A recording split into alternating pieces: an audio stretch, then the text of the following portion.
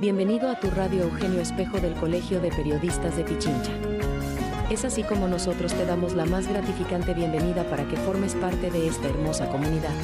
Bienvenido a tu programa Una Sola Salud. Aquí, el Colegio Médico junto a la comunidad se unen para cuidar lo más importante, tu salud.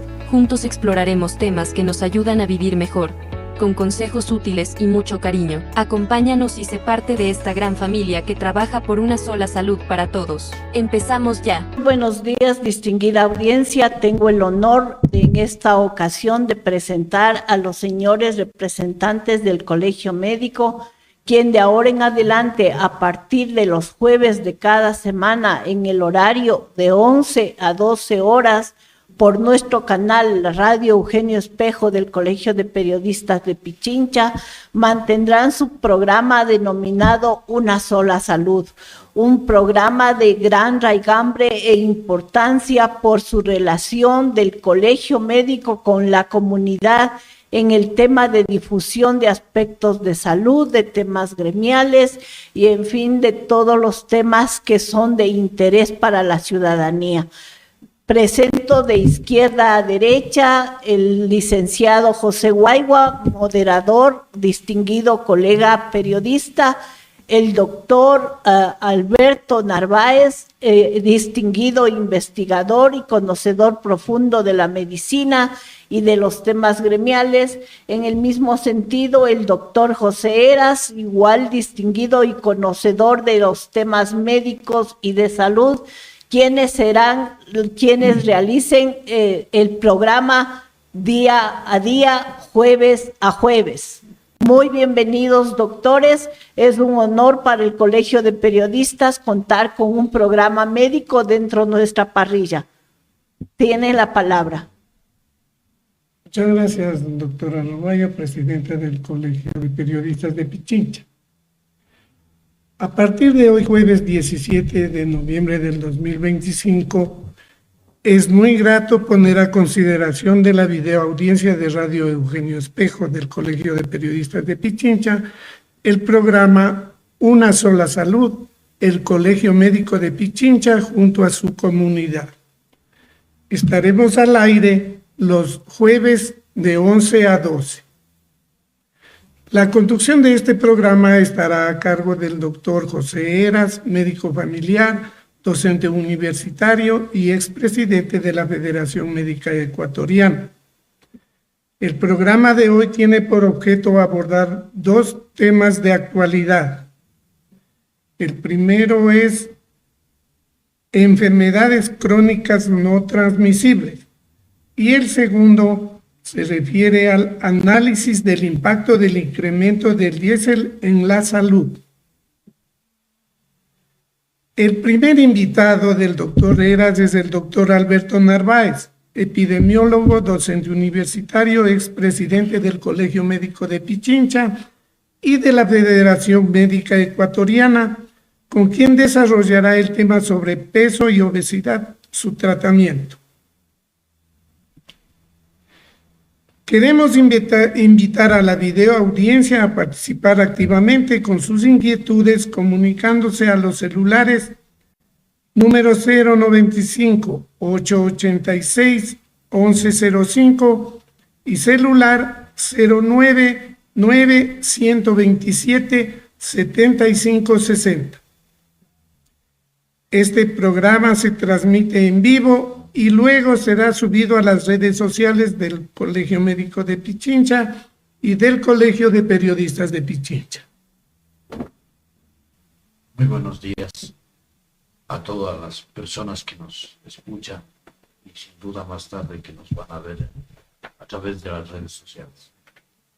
Me parece bien importante que iniciamos una suerte de programas a través de este medio de comunicación, sobre todo dirigido a la comunidad en aspectos de la salud pública, en respecto a la problemática de las enfermedades prevalentes prioritarias en el Ecuador, aspectos que tienen que ver con el desarrollo del gremio médico y de la salud, así como un intercambio de opiniones en las cosas que consideren pertinentes averiguar.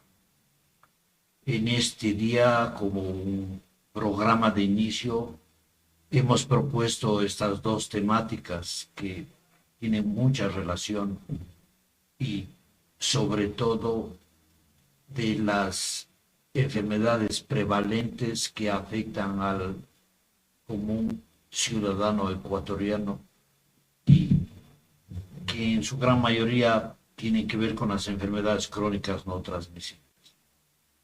En ese sentido, damos la cordial bienvenida a nuestro amigo el doctor Alberto Narváez, que con su experiencia y conocimientos nos va a informar cuáles son las enfermedades prevalentes en el Ecuador, cuáles son las causas de muerte que llevan a enfermar y a morir, y que gran porcentaje de ellas pueden ser prevenidas con una adecuada atención integral en el primer nivel de atención, que también dedicaremos mucho tiempo a hablar.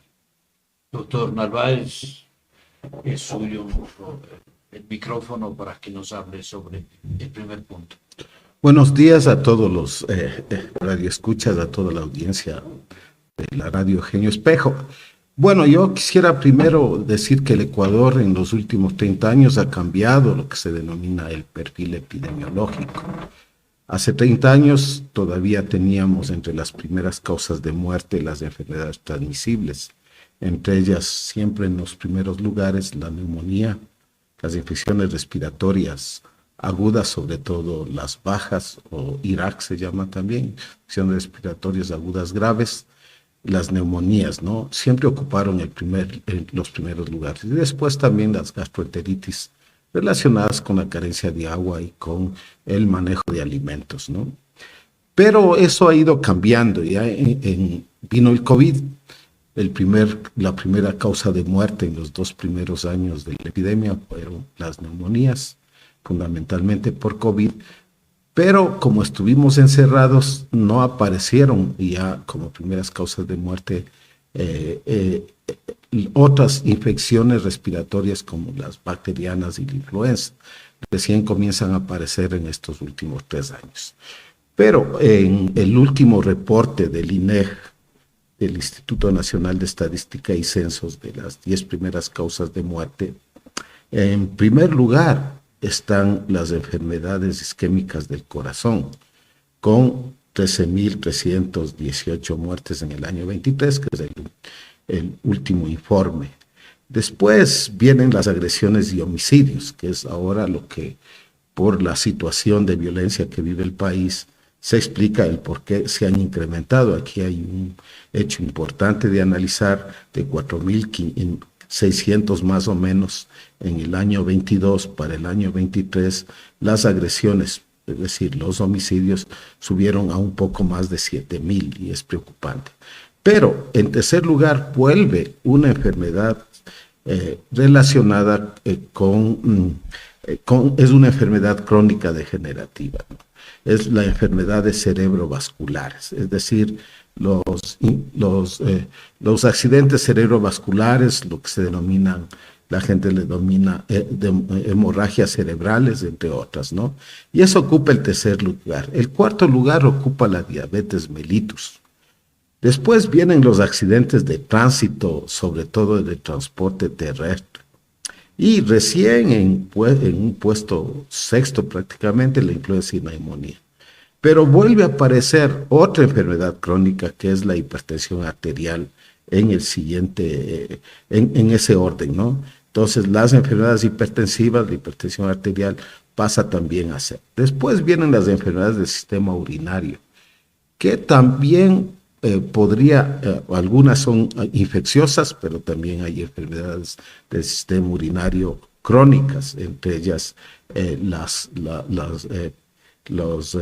insuficiencia renal, que requiere diálisis fundamentalmente, que en el país es una crisis terrible de las personas con este problema, ¿no? Bueno, después viene la cirrosis y otras enfermedades del hígado. Y finalmente las neoplasias malignas del estómago. Estas son las primeras causas de muerte. Ahora, 30% de las muertes, entre ellas las enfermedades, los infartos agudos del corazón, los derrames cerebrales, la diabetes, la hipertensión arterial, las enfermedades del sistema urinario, sí, y la cirrosis u otras enfermedades del hígado están relacionadas con la obesidad y sobrepeso. Es una de las causas más importantes de este problema. Entonces, aunque no aparece, porque no es una causa de muerte la obesidad, sin embargo es la obesidad el problema más importante detrás de estas enfermedades. Estas son enfermedades, como les llamamos, la punta del iceberg, las que aparecen porque la gente se muere. Y lo más grave es que en los últimos años se está muriendo prematuramente la gente, es decir, se están muriendo menores de 60 años por estas enfermedades. Antes se morían más adultos mayores, ¿no? Y esto se incrementó después de la pandemia, o sea, hay más muerte prematura, le llamamos, y aumentó después de la pandemia, ¿no? Entonces, hablemos un poquito de cada uno de ellas. Entonces, ¿cuáles son las causas, por ejemplo, del infarto? Y ahí le quiero pedir al doctor Heras que nos explique un poquito entre las causas de los infartos. Bueno, es importante ver que en la estadística que nos ha presentado Alberto Narváez, hablamos de que la enfermedad cardiovascular ocupa uno de los primeros sitios de causa de enfermedad y muerte. De la misma manera aparecen poco más abajo la diabetes, la hipertensión y mismo la obesidad. Entonces, si es que una de las causas más frecuentes de enfermar y morir es la cardiopatía isquémica, las enfermedades cardiovasculares, sí, estas tienen mucha relación con los estilos de vida, con los hábitos de las personas, ¿no? Entonces, es un no buen incluyen aquí sobrepeso y obesidad, diabetes, que producen daño vascular acelerado. Entonces, las enfermedades isquémicas que la mayoría de las personas podemos ser afectados en algún momento de la vida porque primero ocurre por un endurecimiento de las arterias por la edad, y aquí también tiene que ver mucho la enfermedad ateromatosa de las arterias por los depósitos de placas de colesterol, de placas de lípidos, por tener una mala nutrición, por tener malos estilos de vida. Entonces, sin embargo, por estas condiciones sociales, culturales, ha hecho que gente más joven esté enfermando de esta enfermedad grave que es la cardiopatía isquémica. Otro de los factores que tienen mucho que ver y que son causa de o factores coadyuvantes, tabaquismo y alcoholismo. Entonces, tenemos que incidir sobre todo en los servicios de salud, de atención primaria, para poder encontrar tempranamente estas condiciones que pueden llevar a una enfermedad isquémica del corazón, ¿no?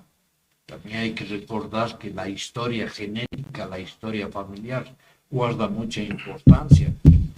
Y realmente lo que se debe trabajar es en los estilos de vida, ¿no? Una dieta adecuada y el ejercicio. Entonces, son todas muy relacionadas. Diabetes, hipertensión, dislipidemias, obesidad, sobrepeso. Y eso es lo que nos va a centrar en esta temporada de discutir, de aprender, de impartir conocimientos para poder llegar a la comunidad con unos consejos y unos tips muy prácticos, estimado doctor. Ya, bueno, yo solo quería también insistir en algo. Muchos de los que hacen infartos son personas con hipertensión arterial no controlada. Sí, hay gente que no sabe que es hipertensa. En el mundo se sabe que de cada 100 hipertensos, la mitad, el 50%, no saben que tienen hipertensión. Y de los que saben que son hipertensos, la mitad no toman medicamentos de forma regular. En los estudios que estamos haciendo, en los trabajos barriales que hacemos, hemos encontrado esto. Y entre las causas por las que no toman medicación, algunos porque como la hipertensión arterial a veces produce síntomas no graves, leves, la mayoría van a terminar como infartos o derrames cerebrales, pero normalmente tienen pues, pequeños dolores de cabeza y nada más. Y pasan mucho tiempo sin diagnosticarse, ¿no? O les diagnostican y no toman la medicación, dicen, no necesito, no me siento mal. Y la clave es tener la presión arterial bien controlada, ¿no? Entonces, ese es un problema que tenemos en el país. Ahora, entre las causas, una de las causas más importantes es que, desgraciadamente, en los servicios de salud públicos y también en el seguro a veces no hay antihipertensivos. Entonces, la gente va hacia atender y no le entregan nada. Y mucha gente no tiene dinero para comprar los medicamentos fuera, porque si compra medicamentos no come. Hay que recordar que la canasta básica familiar es para 4 personas cuesta más o menos $780 y hay gente que gana, la mayoría de ecuatorianos, más del 50-60% gana un sueldo básico, por lo tanto o compran el medicamento o comen los medicamentos. No son tan caros, pero como son de toma diaria al mes, llegan a ser un gasto importante, ¿no? Entonces, ese es un problema que tenemos que genera, en el caso de la hipertensión, generan los infartos y los derrames cerebrales. Y el otro problema que tenemos muy serio en el país es la diabetes. Nosotros podríamos decir que hay una epidemia ya en el Ecuador y también en el mundo de diabetes y de hipertensión arterial. La gente piensa que las epidemias solo son por enfermedades transmisibles, como fue la epidemia de COVID, ¿no? No, pueden ser también por otros problemas como la diabetes. Entonces hay muchos diabéticos, igual en el Ecuador hay una cantidad muy grande, y esto también aumenta esto que se llama el riesgo cardiovascular, es decir, la probabilidad de morirse por infartos, por accidentes cerebrovasculares, por trombosis venosa, etcétera, ¿no? Entonces, esto es importante en el caso de la diabetes, pero también la diabetes provoca insuficiencias renales. Es muy frecuente que la gente termine con dañado el riñón y tenga que hacerse diálisis venosas o peritoneales, ¿no? Entonces, ese es el problema grave que tenemos y, como dije, cada vez en personas más jóvenes, ¿no? Entonces, la adherencia a los medicamentos, igual en el caso de diabéticos, hay muchos diabéticos que les diagnosticaron de diabetes, pero no toman medicación para la diabetes. Hemos encontrado en barrios que hay gente que no toma, primero, como les dije, porque van a los centros de salud y no existen medicamentos, más en estos últimos año y medio eso se ha incrementado. Pero también hay una creencia que es una creencia perjudicial, porque no es verdad, científicamente no se ha comprobado, es que la metformina, que es uno de los medicamentos más importantes para tener la glicemia o la glucosa baja en la sangre, es considerada por muchas gente como la causa de la insuficiencia renal. Dicen, esta daña el riñón. Entonces, esa es una idea equivocada. En este sentido, quisiera decirle al doctor Heras que por favor hable de los beneficios de la metformina, pero también de qué efectos adversos tiene, porque es importante en este programa ir aclarando estos aspectos, ¿no? Para después vamos a profundizar en los próximos programas. Algo que me llama mucho la atención es que como causas de enfermedad isquémica del corazón, de las coronarias, está la hipertensión. Ese es un hecho. Hay gente hipertensa que no conoce, por consiguiente no toma. O como no hay síntomas llamativos de la hipertensión, la gente no sabe, no entiende que es hipertensa y que puede terminar en un infarto de miocardio fulminante o un stroke o un accidente cerebrovascular. también estamos mencionando que sobrepeso y obesidad tienen mucha relación con los lípidos que pueden provocar placas de ateroma en las arterias y conducir a cardiopatía isquémica, infarto de miocardio, a angina de pecho y a los derrames cerebrovasculares. Entonces, yo creo que el puntal es importante en hacer un diagnóstico precoz de las enfermedades para poder actuar en prevención primaria, secundaria, ¿no? Y entonces aquí entra mucho el aspecto de la nutrición, ¿sí? El aspecto de la realización del ejercicio. Creo que son las dos herramientas más importantes que pueden existir para control de estos problemas. La medicación, por suerte, la medicación que es buena, bonita, asequible, pues es la metformina, que va a permitir controlar los niveles de glucosa en la sangre. Tiene muchos usos la metformina, ¿no?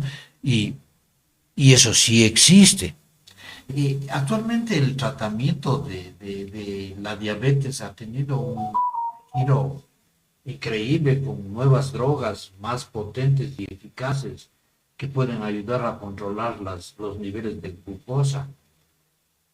Recuerdo que cuando estaba como funcionario público, pues había las sulfonilurias que ya en otros países ni se menciona, pero y creo que el costo de estas medicinas va a ser importante. Y yo digo, muy difícil que el gobierno pueda tomar la atención en estas drogas modernas pero si tenemos metformina, me parece que es buena, bonita, barata, eficaz y que nos permite controlar estos niveles de glucosa para evitar el daño y para evitar que los pacientes que adolecemos de diabetes mellitus podamos llegar a la insuficiencia renal, en donde ya queda es la hemodiálisis, la diálisis peritoneal o hemodiálisis y esas cosas, ¿no? Y finalmente el trasplante renal. Es increíble las causas de problemas renales que tenemos en nuestro país, y ustedes ven que muchos de ellos tienen que entrar a diálisis y es increíble. Los pacientes renales veo que están agrupados reclamando, exigiendo que se les pague a las dializadoras para que puedan seguir atendiéndose, porque si una persona con diabetes y con insuficiencia renal terminal tiene que hacerse estas sesiones de hemodiálisis con un costo increíble que no van a poder pagar, y más aún pensar en un trasplante renal. Entonces, aquí tenemos causas, ¿no? Mire, hay una relación: obesidad, hipertensión, diabetes, alteraciones de los lípidos que conducen a insuficiencia renal.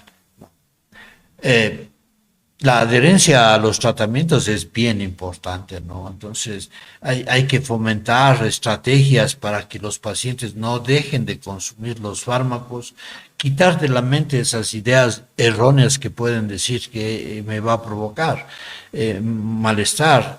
Y en realidad lo que hay que advertir son los efectos colaterales que todo medicamento tiene. Y con metformina básicamente son gastrointestinales, ¿no? Pero también hay asuntos de consumo excesivo de la metformina, pues hay que ver los niveles adecuados de B12, ácido fólico, porque puede provocar este tipo de anemias, ¿no? Hay que suplementar vitaminas del complejo B a las personas que tomamos la metformina.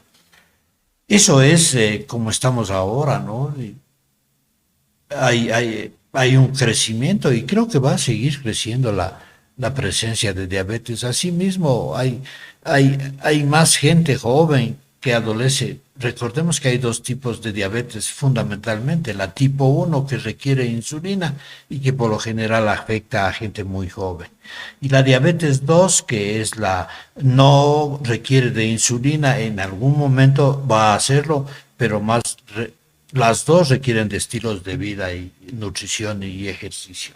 Eso es.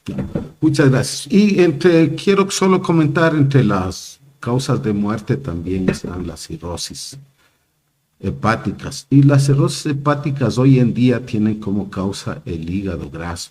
Se llama cirrosis no alcohólica, porque la otra causa de cirrosis es el alcoholismo, ¿no? Pero también las infecciones virales como la hepatitis B y C, que se transmiten por relaciones sexuales, fundamentalmente podrían también ser por trasplantes, pero en el Ecuador tiene un buen sistema de tamizaje, de diagnóstico en la sangre de estas enfermedades. Entonces son las tres causas.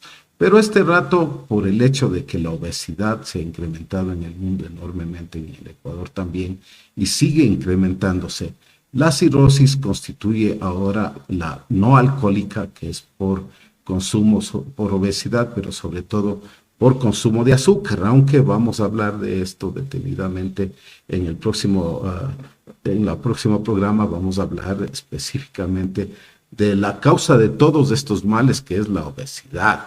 Ya, porque la obesidad, además de estos problemas que hemos hablado crónicos, también es causa de problemas osteoarticulares, es decir, problemas de cadera, de rodillas, de tobillos, de hombros, etcétera, ¿no? Entonces afecta muchísimo, de columnas, sobre todo la obesidad. Y tenemos muchos jóvenes ahora, inclusive niños menores de 1 año ya obesos, y peor, niños menores de 5 años, ¿no? Entonces, la cirrosis, una de las causas más importantes es el consumo de azúcar, porque el azúcar tiene 2 ingredientes. El uno es la glucosa, que cuando no se hace ejercicios, no se consume, y a veces consumimos excesiva azúcar en nuestras comidas, en postres o lo que sea. Entonces, el azúcar tiene 2 componentes. El uno es la sacarosa y el otro es la fructosa. La sacarosa puede ir a cualquier lugar del organismo, ¿no? Pero la fructosa solo se procesa, solo se metaboliza en el hígado. Pero cuando estoy consumiendo mucha azúcar, esa fructosa se transforma en grasa en el hígado y va a producir el hígado graso. Ese tema sobre la obesidad vamos a desarrollar exhaustivamente en el próximo programa, porque la idea es que vamos a ir hasta completar todos los temas de enfermedades crónicas, tanto el diagnóstico como en la comunidad se pueden diagnosticar estas enfermedades, pero también es cómo prevenir y cómo revertir algunas enfermedades. Doy un ejemplo. Se sabe ahora que la diabetes mellitus tipo 2, que es fundamentalmente por obesidad, por consumo de almidones simples, por mala alimentación, es reversible. Hay cómo retroceder, fundamentalmente cuando está en la fase de prediabetes. Pero eso les dejamos anunciando, porque en el próximo programa vamos a hablar profundamente del problema de la obesidad y su afectación, no solo como causa de estas enfermedades, sino de otras como la demencia, ¿no? O como el Alzheimer, que también están muy relacionados con la glucosa en la sangre. Gracias, doctores. Vamos a pasar al segundo punto, que se refiere al análisis del impacto del incremento del diésel en la salud. Con ustedes, el doctor Alberto Narváez.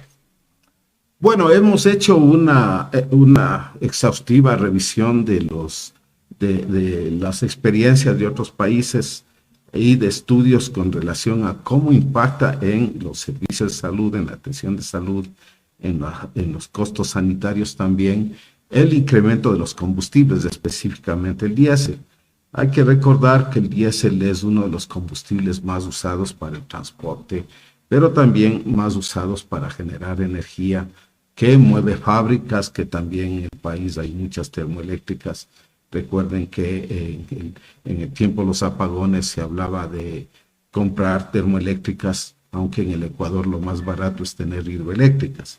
Entonces, el primer efecto que ya se va a tener de la experiencia mundial, también es la experiencia del Ecuador, que cuando se eliminan estos subsidios al combustible, es la inflación. Se sabe que el precio del diésel influye en el costo de transporte más o menos 6-7%, ¿no es cierto? Que parece poco, pero eso sí incrementa el costo de la vida porque es un componente esencial de la cadena logística y en el caso de salud encarece el transporte de mercancías, hay un incremento de precio de alimentos, de medicamentos, de insumos médicos y bienes de primera necesidad. Y casi siempre cuando hay estas medidas no aumenta lo que se debería hacer, sino que por la especulación aumenta enormemente el costo de todo, prácticamente de todo, ¿no?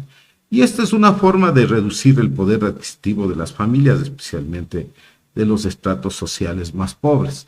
Doy un ejemplo, la canasta básica familiar para 4 miembros cuesta 780, 90 costaba, algo así, por ahí, antes del incremento del diésel, ¿no? Se prevé, de acuerdo a cálculos que se ha hecho en económicos, que el costo de la canasta básica familiar va a aumentarse en $50. Hay que recordar que la mayoría de ecuatorianos, la mayoría de trabajadores, cerca de un poco más de la mitad de trabajadores ganan el sueldo básico o menos y que no les alcanza para sobrevivir. Sí, no les alcanza este sueldo básico, por eso deben trabajar otros miembros de la familia para completar la canasta básica familiar. Sí, un estudio del INEC demostró que para tener una alimentación saludable, y esto quiero insistir porque va a insistir en el problema de la obesidad y la desnutrición, se necesita más o menos $8, eso fue en el 2000, hace unos 8 años hizo el INEC ese estudio, creo. Pero este rato, pues, seguramente por la inflación a lo largo de estos años, debe costar $12 diarios. Hay un mundo de familias que no van a poder costear eso. Y eso va a repercutir en la compra de alimentos más baratos, que generalmente son los almidones y los alimentos ultraprocesados, y vamos a tener un incremento de estas enfermedades relacionadas con la obesidad. Pero también con la desnutrición, porque hay hogares que están en pobreza crítica, que tienen ingresos familiares personales menores a $3 y para alimentación y asegurar el consumo básico de calorías y de proteínas para no hacer desnutrición crónica infantil, sobre todo, se necesita por lo menos $1 diario. Entonces vamos a tener este impacto en la salud y el gobierno debería tener una política clara con relación a esto, que voy al final a concluir esto. Ahora, en el incremento de costos operativos en salud, las ambulancias, los vehículos de distribución de medicamentos, el traslado del personal y la logística de mantenimiento de hospitales, muchos dependen del diésel. Un aumento en su precio obviamente se va a trasladar a los bolsillos de los pacientes. Hay que recordar que en el Ecuador aproximadamente existe un 37% de gasto de bolsillo del total de gasto en salud. O sea, de cada $100 que se gasta en salud, 37 sale del bolsillo de la gente. Y eso es un motivo de empobrecimiento. Este 37% seguramente se va a incrementar porque la gente, como el acceso a servicios de salud y los costos que le representan, a veces no hay turnos, etcétera, en los servicios de salud, va a incrementarse esto, ¿no? Ahora, también va a repercutir en la reducción de la accesibilidad geográfica y económica.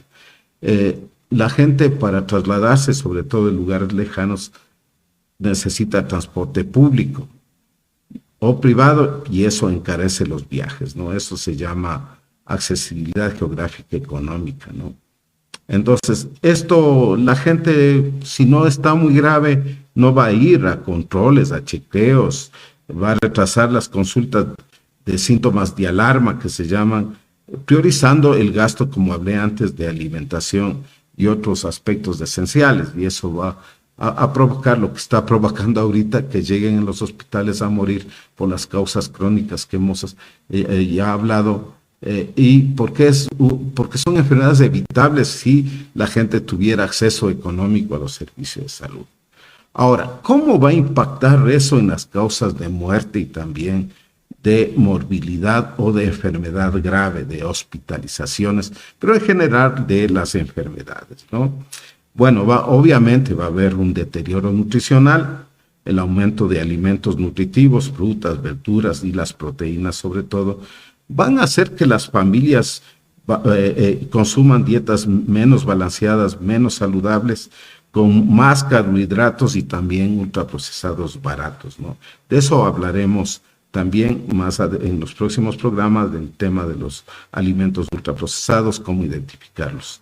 Y esto va a aumentar el riesgo de desnutrición en los niños, pero también el riesgo de malnutrición, obesidad en todos, en niños, adultos en general. Y esto va a repercutir en un incremento probable de diabetes y hipertensión en adultos, elevando los riesgos también de morbilidad grave, es decir, de hospitalización.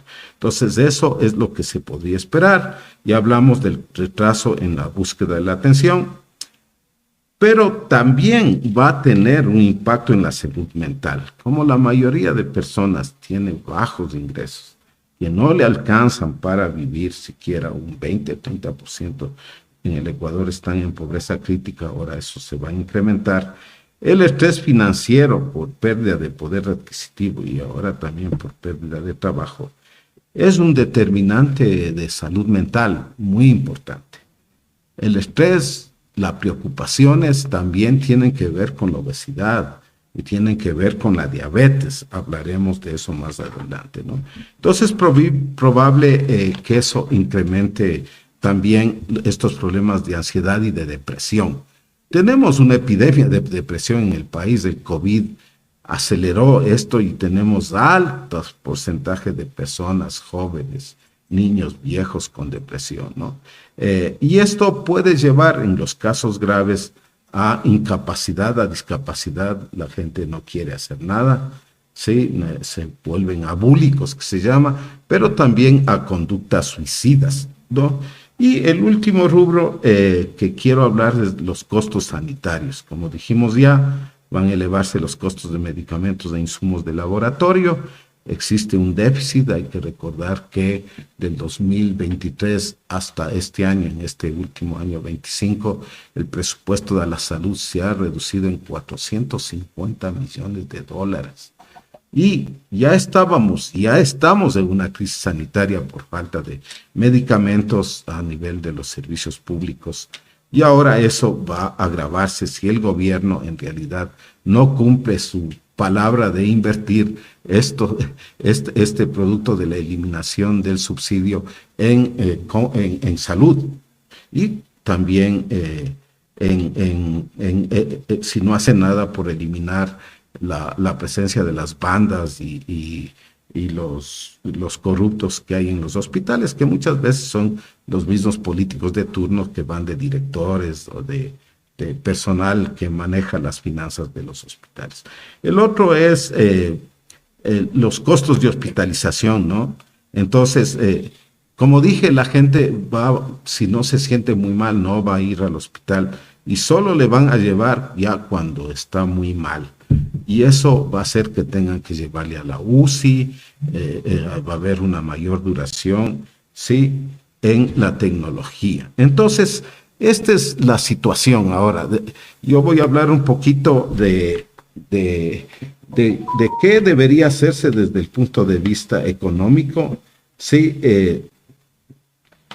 Y el doctor Heras quiero que hable un poco de cómo el reforzamiento de la atención primaria, sobre todo, y de la atención integral en salud, con énfasis en la promoción, debe mejorar en el país porque tenemos un sistema eminentemente curativo.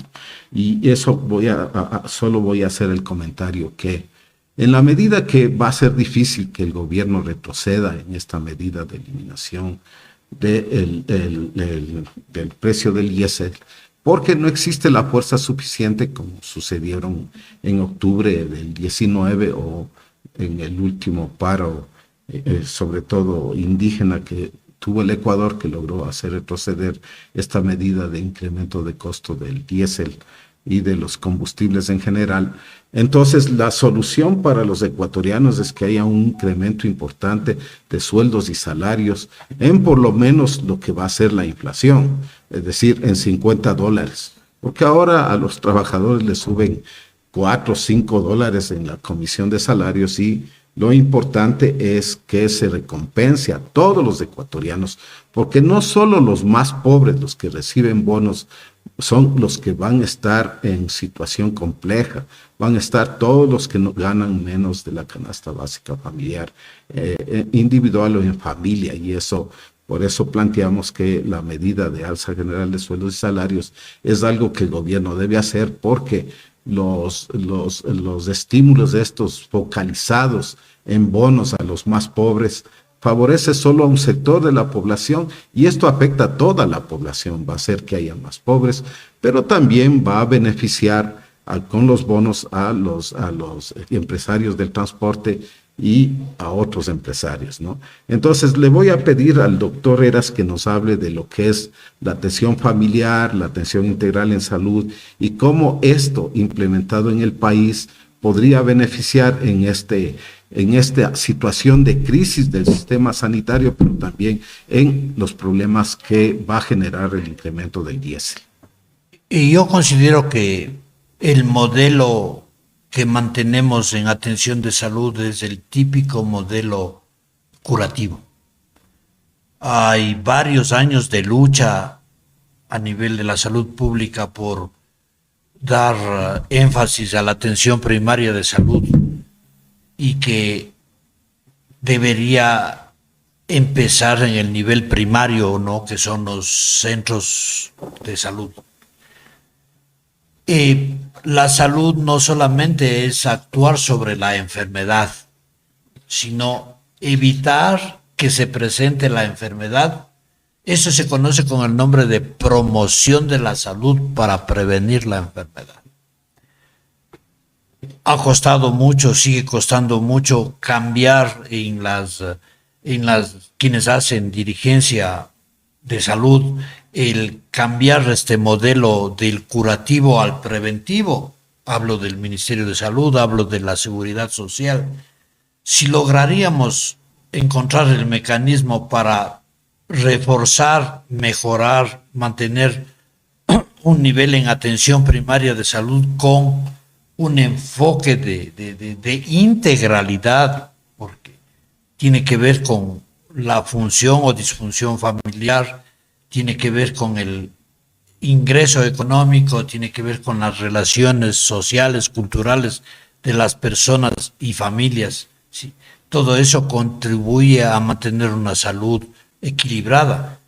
Estamos viendo ya en este último, hemos mencionado que una de las causas de enfermedad y muerte es la cirrosis.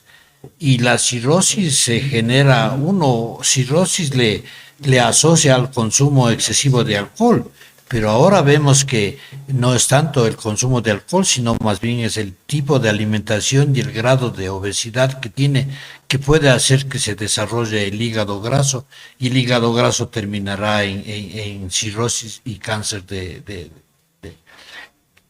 hígado. El otro asunto es las infecciosas, ¿no? Hepatitis C está aumentando increíblemente en los servicios. Me parece que se está diagnosticando cada vez más porque se usan pruebas rápidas para la detección de hepatitis C, ¿no? Y hay un programa que está iniciándose, que es el control de la hepatitis C a través de los hospitales de tercer nivel. Yo soy un defensor del nivel primario, de la atención primaria de salud. Confío que hay que poblar, hay que primero tener buenas unidades primarias de salud en los barrios, en las comunidades, ¿sí? Hacer el equipo de salud familiar, el que teníamos, hay que mejorarlo, y sobre todo tener la dotación, pues, si bien es cierto, manejamos mucho la clínica, pero si sabemos que diabetes es una causa muy frecuente de consulta médica, de control médico, y no tenemos para monitorizar ni glucosas ni hemoglobinas glicosiladas, ¿sí? No podemos tener un buen control. Entonces debemos demandar de las autoridades que haya una dotación básica para poder hacer un diagnóstico y seguimiento de estas enfermedades. Y lo otro es encontrar los medicamentos necesarios y mantenerlos y darles, sí, y hacer un control más estricto. De eso se encarga pues Hemos hecho también un trabajo con Alberto, hemos trabajado en el asunto de formar a las vigilantes comunitarias, a las epidemiólogas comunitarias, que ayudan mucho, ¿no? Estamos reactivando esa actividad en las comunidades, ¿no? Porque también hemos trabajado, me acuerdo, en los tecnólogos de atención primaria, en estos vigilantes comunitarios, que son un apoyo, ¿no? El gobierno, el Estado, el Ministerio de Salud debería fomentar la creación de estos servidores de la salud, que para nosotros significa mucha ayuda. Yo confío que la atención, y no es un problema del Ecuador, es un problema del mundo. O sea, es mejor alimentar, dotar a un hospital de tercer nivel que invertir en atención primaria. Y ahora ya vemos que la atención primaria está descuidada y los niveles secundario y terciario también tienen problemas, sobre todo de financiamiento. Si esta repercusión para eliminar el subsidio del diésel, lo que se ahorre debería ser destinado a educación en salud, mi estimado amigo. Bueno, solo para decir que casi la mayoría de las enfermedades de las que ocupan las primeras causas de muerte son enfermedades evitables en el primer nivel de atención, es decir, en los equipos de salud ambulatorios, en las consultas externas, siempre y cuando se haga no solo diagnóstico y tratamiento, sino también prevención y promoción de la salud. Entonces, eso hay que saber que en el Ecuador más del 40% de las enfermedades, de las causas de muerte y ingresos hospitalarios se podrían evitar con prevención y promoción de la salud, ¿no? Muchas gracias por su intervención a los doctores Heras y Narváez. Como lo anuncia el doctor Narváez, pues les invitamos a la videoaudiencia para nuestro próximo programa, en donde estaremos tratando el diagnóstico, la prevención y el tratamiento de la obesidad, y algo que es sumamente importante, que van a tocar el punto de la prevención.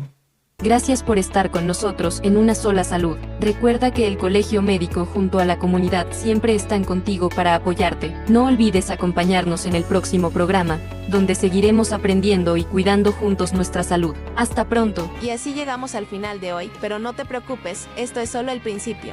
Te invito a que nos sigas para que no te pierdas ni una sola sorpresa, ni todo el contenido increíble que tenemos preparado para ti. Tu apoyo significa mucho para nosotros y queremos compartir mucho más contigo. Nos vemos muy pronto.